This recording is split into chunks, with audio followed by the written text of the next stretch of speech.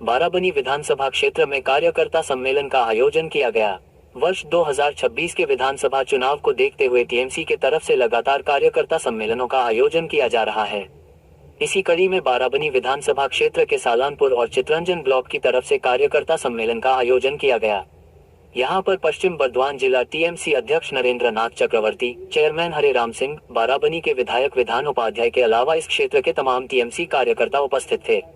नेताओं ने टीएमसी कार्यकर्ताओं को आने वाले वर्ष 2026 के विधानसभा चुनाव को देखते हुए अभी से तैयारी में जुट जाने की हिदायत दी।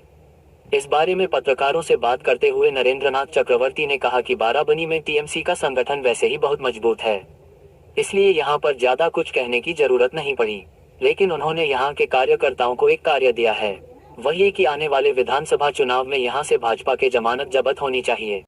आज के আমরা জেলা কমিটি থেকে আমরা জেলার প্রত্যেকটি ব্লকে ব্লকে কর্মীদের সঙ্গে দেখা করছি। কর্মী সম্মেলন লক্ষ্য 26-এর নির্বাচনের আগে কর্মীদেরকে জাগিয়ে তোলা। সংগঠনকে কি বার্তা দেওয়া হলো? দেখুন, বারাবণীর সংগঠন এমনিতে শক্ত ভিতের উপর দাঁড়িয়ে আছে, এখানে কিছু বলার নেই। শুধু বলে গেলাম, টাস্ক দিয়ে গেলাম যে বারাবণীতে বিজেপির জামানত জব্দ করতে হবে।